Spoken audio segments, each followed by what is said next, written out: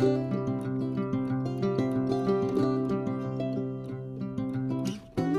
guys, welcome back to St. Mojo Homestead on this rainy day.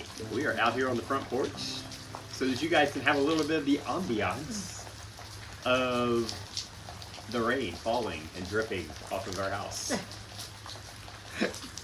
If you want an expression of like excitement in the form of a 6-year-old, be sure you catch the very end of this video. That's all I'm gonna say. Since we were not together this weekend because Cass had a dance, well, Cass did not have a dance competition. The girls had a dance competition. That's a hard no right there. So we figured we would just do a short video kind of updating you guys on the small things that we don't necessarily do a video on, and just some things that are going on the homestead. Yeah. We're also going to do our highs and lows in this video too. So we're getting near to goat due date. Yeah. And having baby goats again on the homestead, which is always really fun and exciting. We're pretty sure Majesty is not pregnant. Emily Rose is not pregnant. And then there's one that's in question. So we are pretty confident, like very confident that 3 of them at least are pregnant. Yes. So we know we'll have some mini Nubians from Frost. Yes. And we'll have some Nigerians as well. Yeah. So it's That's getting exciting. exciting. Yes. It's getting exciting. First part of March, I think the first week if I remember right. So that should be good. Yeah. Baby chicks. We did a video kind of with us bringing them home a couple weeks ago. They're doing great, raising up really good. I definitely think that the kind of bonus chick, the surprise chick that was in our batch, is one of those like funky hair rooster. I mean, not roosters. Well, it might be a rooster. We're hoping for a hen. But one of those that has like the funky feathers that come off the top of the head. So that'd be fun. that's gonna be fun. Yeah. That's gonna be fun. Yeah. So we have pigs on the homestead again. They are growing well, doing well. How do you feel like their growth rate is comparing with the others? I think about the same. It's kind of hard to tell right now. Right now, yeah. I do think I like just having 2. Yeah. This go round. Right. Not necessarily like forever. Yeah. But it is kind of nice that we've scaled back a little bit, only raising them for ourselves this year. Yeah. And so the biggest thing with them is I'm still trying to teach them and train them to the water that we have. We use the big water nipple. There's like a metal nipple that they have to bite down on to release the water. They have not figured it out yet. So working with them on that one. Another thing is that our chickens, like egg-laying chickens, are 100% free range again. Yes. And they seem to be doing fine. All found the way out, which is not really hard because we had a dead pine tree fall on the fencing, which I just haven't really fixed because there hasn't really been a need to. It took them a long time. It took them several months to all realize they can just literally walk right out of their pen. But they have figured that out now. They were homed well. So, yeah, definitely. But we are going to need to get that fixed.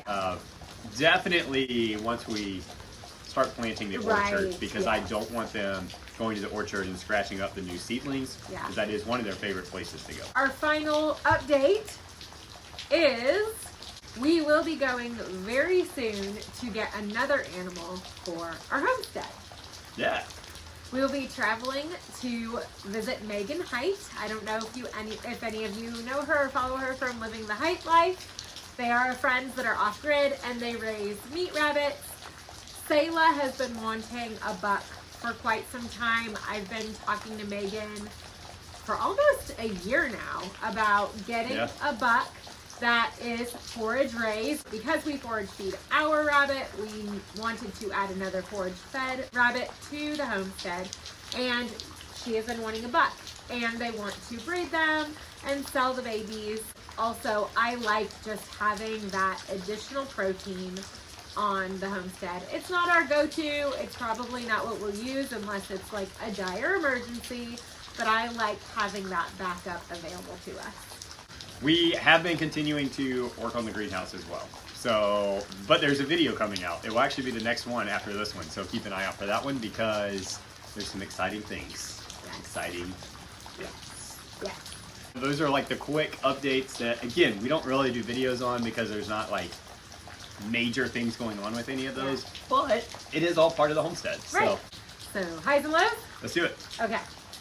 You go first, so I have no idea. Oh, okay. So my high would definitely be, we heard from John, who, if you don't know, if you haven't really been following along too much, he was living with us for about a year, young man in his early 20s, and he has recently joined the military. So his boot camp has started, and we were just kind of eagerly awaiting that first phone call because that's when we get his address and everything. Yeah. If you want an expression of like excitement in the form of a 6-year-old at the very end of this video. Yeah, that was definitely my high. It was just getting to hear from him. Wasn't really like a conversation type phone call because it is that first one, if you don't know, it's very, very brief. It's basically John calls, gives us the information, and that's pretty much it. But it was good to kind of hear from him and all of that. So my low this week, I don't know that I really had a low this past week. I mean, if anything, I guess it would be that y'all were gone all weekend for the competition, but I mean, it was good to see the girls compete. So Yeah. I mean, I got to see it like via live stream. But, So my high was definitely that we kicked off competition season this weekend. The girls did really, really well. All of their group dances scored very, very highly and made it in, all of them were in the top 5. So that was really exciting. So, and they won first overall for a very fun dance that they get to do. And our studio got a choreography award. It was a pretty good first competition. So that was my high. My low would definitely be that we missed that first phone call. Jeremy, of course, let me know right away, and he called me and talked to me about it, but I wasn't able to be here and hear John and experience that. So that was definitely a low for me. That is it for our update. Thanks for hanging out with us and listening to the rain. Hopefully it's as soothing for you as it is for me.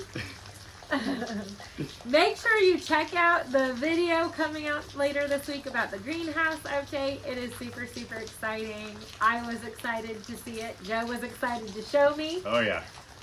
Early this morning before school. So make sure you check that out. Thank you again for hanging out with us on the Homestead. Have a great week and be blessed.